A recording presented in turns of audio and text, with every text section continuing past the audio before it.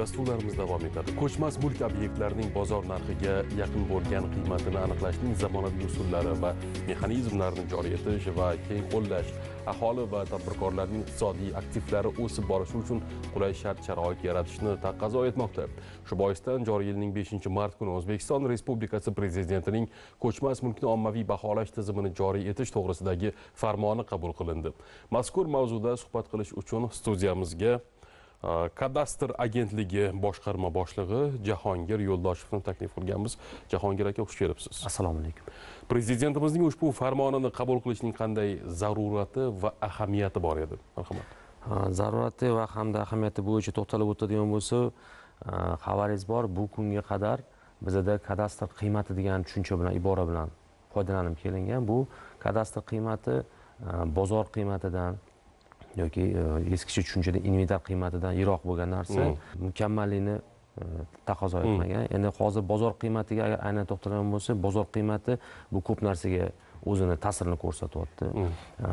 Obyekt bilan bog'liq oldi-sotdi, ayirboshlash holatlari, undan tashqari mana zamon rivojlanyapti, shaharlarimiz kengayyapti, ayrim obyektlarimiz buzilishga tushgan, uni evaziga kompensatsiya, qonunda belgilangan kompensatsiya qiymatini davlat tomonidan kafolatlanib to'lab berish kerak. Aynan o'sha kompensatsiya masalasiga ham shu bozor qiymatida bozor kapitalini hisobga olgan holda shu obyektni baholash nazarda tutilgan.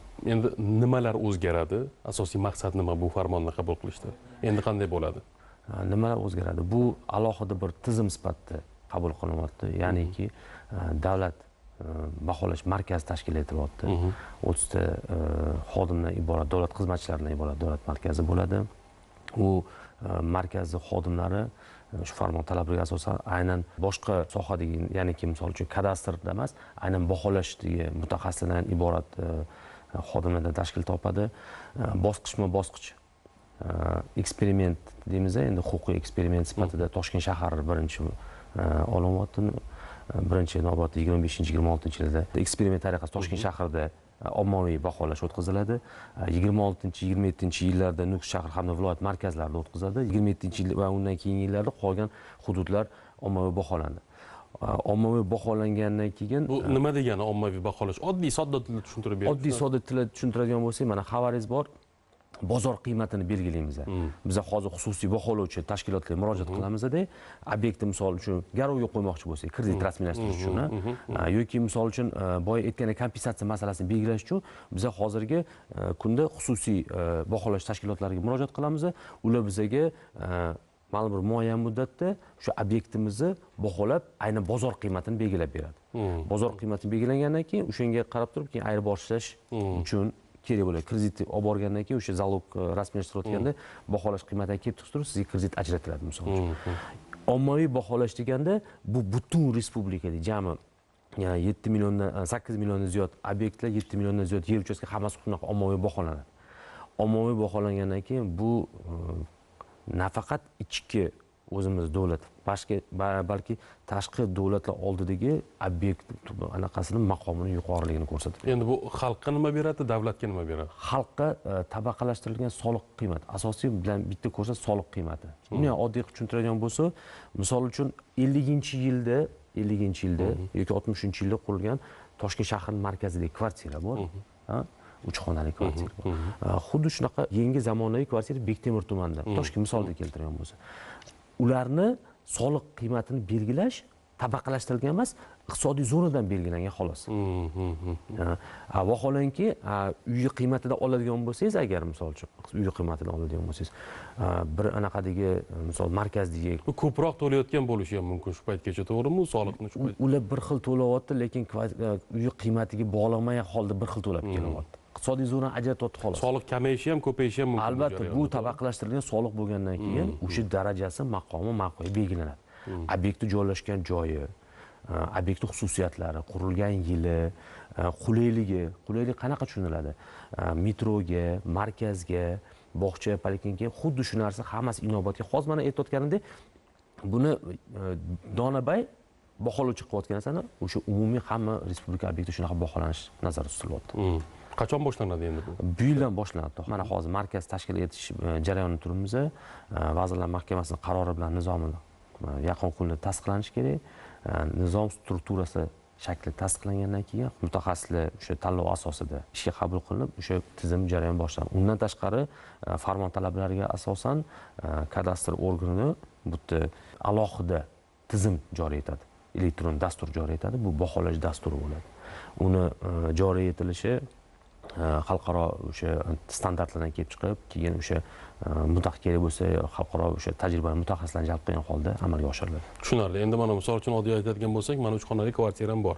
Mutaxassislar keldi. Uni asosan o'sha o'lchamiga qarab, ya'ni kvadrat metriga qarab baholashadimi yoki qavatiga qarab boshqa omillar ham bormi? Birinchidan uyingizga kelib bezovta qilmaydi. Qilmaydi unda. Yo'q. Mana hozir xabaringiz bor, keng ko'lamli hozir o'zboshimcha egallangan yer uchastkalarini xususiylar qonunlashtirish bo'yicha prezident qonuni qabul qilgan, O'zbekiston Respublikasi qonuni qabul qilgan 937 sonli hozir butun obyektlar yalpi xat bilan o'tkazilyapti. Uzcat elektron dasturida o'sha har bitta obyektni parametrlari kiritilyapti. Bittada shu obyektni kiritgandan keyin baholash bu o'sha mezonlari obyektdan, aynan obyektni o'zini joylashgan joyi, qavati, qurilgan yili, hamma parametrlari o'sha narsadan o'sha shakllantirib bo'ladi. Bu obyektni o'sha hattoki o'sha obyektni qilingan remontigacha. Mana hozir kuni kecha misol bunaqa narsada baholash bunaqa hech qanaqa e'tibor qilinmaydi. Na turar joyda, na kvartirada bunaqa narsa qilinmaydi. Bu ommaviy baholash ana xuddi shu hamma kriteriyalarni o'zini hisobga oladi. Remontini ham hisobga olishadi. Albatta.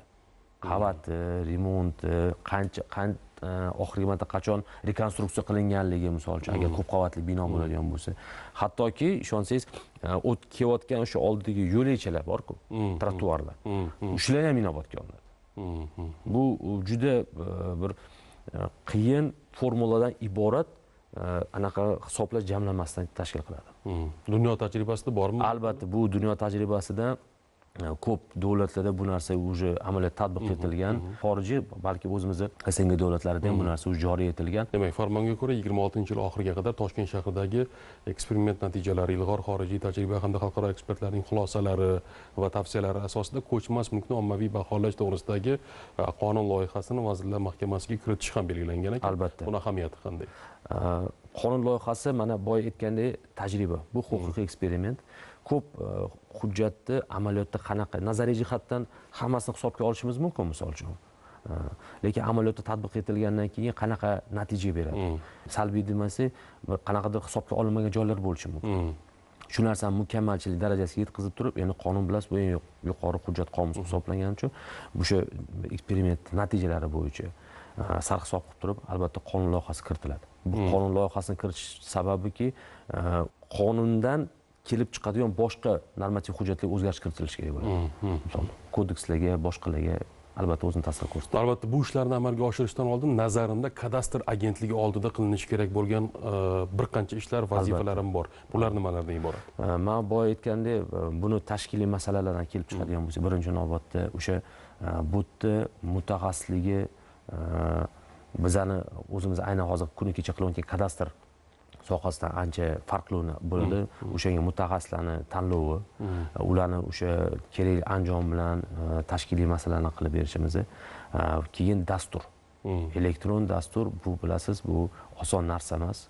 Bunga juda ko'p ish kuchi, mablag' sarf qilinadi. Undan tashqari dastur ishlash kerak. O'zini natijasini berish kerak. Dastur tizimli ravishda o'zini obработкасini qilish kerak bo'ladi. Shu narsaga katta e'tibor qaratilish kerak bo'ladi.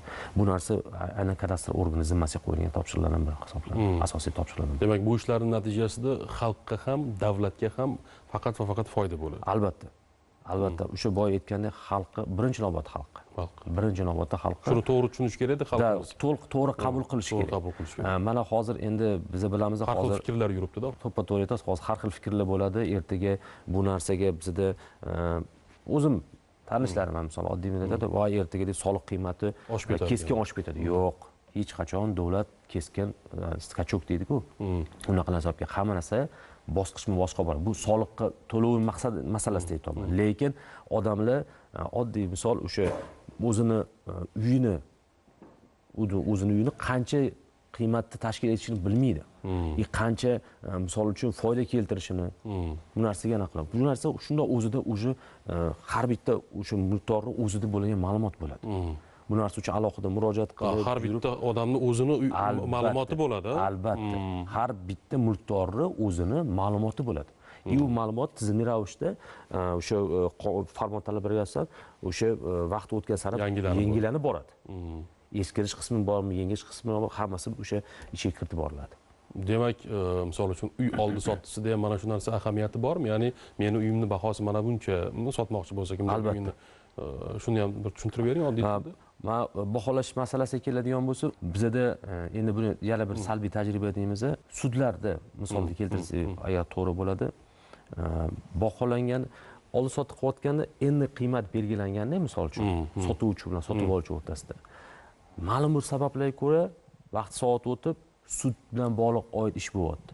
O'shanda sud tomonidan o'sha bozor o'sha paytda oldi sotdida belgilangan qiymat masalasida misol uchun sotuvchiga qaytarish masalasini qo'yiladi. Vaholanki sotuvchiga to'ppa-to'g'ri. Lekin vaholanki sotib olish tomonidan endi rasmiy deymiz ham, norasmiy deymiz ham, u yerda ko'rsatilmagan. Soliqdan qo'rqqani uchunmi, misol uchun, yo boshqa qanaqadir obyektiv, subyektiv holatlar bo'lganmi, ko'rsatilmagan. U birinchidan.